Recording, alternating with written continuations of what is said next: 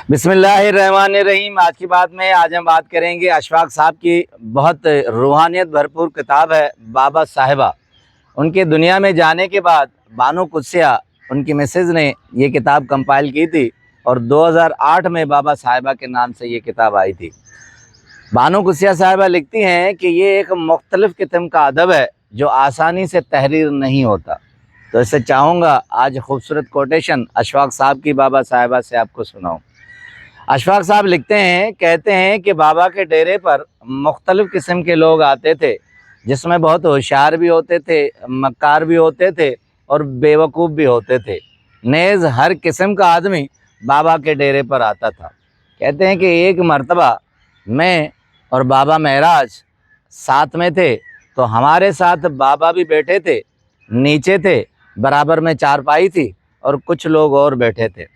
अब कहते हैं कि चारपाई पर एक मरीज़ा थी और उसके लिए मैं और बाबा महराज एक मलमल का कपड़ा दो दो हाथों से पकड़े हुए थे और बाबा बीच में एक ज्वारिश का रब बना रहे थे और ज़ाहिर है उस मरीज़ा के लिए था और लोग बहुत से और भी जमा थे और एक अजीब समा था।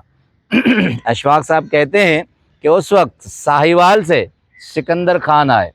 सिकंदर खान बड़ी सजधज से आए और दो अशखास उसके बराबर में थे। एक शख्स के हाथ में अटैची था और दूसरे शख्स के हाथ में बाज था और उस बाज के आंखों पर चमड़े का लेदर बंधा हुआ था।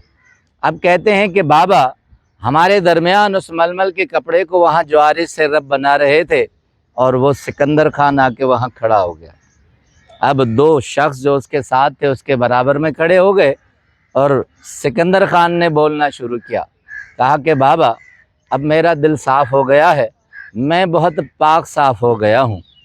तो बाबा अपने काम में लगे रहे और दूसरे लोग उसे गौर से सुन रहे थे। उसके बाद फिर सिकंदर खान ने कहा कि पहले ये दिल इतना मैला था कि मैं ख़ुद हैरान था कि इतनी सारी बदियों से लबरेज़ ये दिल किस तरह मेरे साथ चल रहा है। फिर भी कहते हैं बाबा अपना काम करते रहे और हम मलमल का कपड़ा मजबूती से पकड़े रहे थे। और कहते हैं कि दूसरे लोग आहिस्ता आहिस्ता सिकंदर खान की तरफ मुतवज्जा हो गए और उन्होंने अपने बराबर अटैची वाले को देखा और वो अटैची वाला अटैची रख कर खामोश हो गया।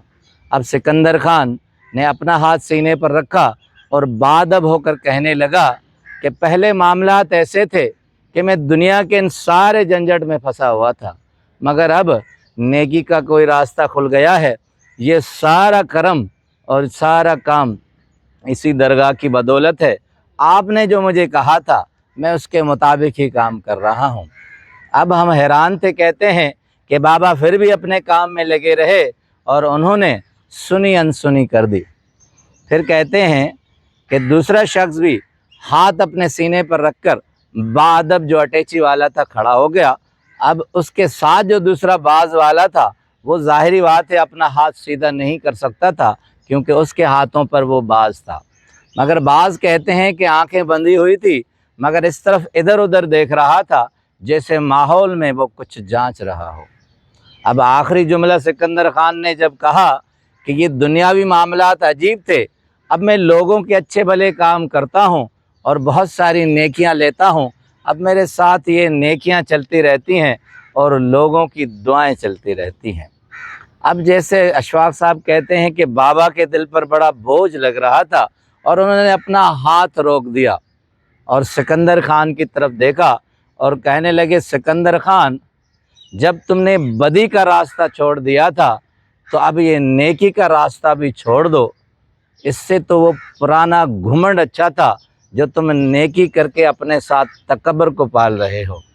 अब अशफाक साहब लिखते हैं, कहते हैं कि हमारे लिए बहुत बड़ा अलमिया और हैरानगी ये होती है कि हम जो बुराई करते हैं उस पर घुमंड आता है, मगर जब बुराई को छोड़ते हैं तो उस अच्छाई पर तकब्बर करना शुरू कर देते हैं और ये अच्छाई तकब्बर में मुब्तला हो जाती है, फिर अच्छाई नहीं रहती। यही अलमिया सिकंदर खान का था। वो बुरे कामों से निकल गया मगर अच्छे कामों में आ गया, मगर अलमिया ये था कि उस पर भी उसे तकब्बर था और वो सोच नहीं पा रहा था कि मैं क्या कर रहा हूँ। کہتے ہیں یہی بات ہم ڈیروں سے سیکھتے ہیں کہ جب آپ اچھے کام کریں تو اس طرح کریں کہ آپ کے اندر اپنی خودی نہ ہو اور اس پر آپ کا زوم نہ ہو اور تکبر کا شعبہ بھی نہ ہو۔ آپ کا بہت بہت شکریہ۔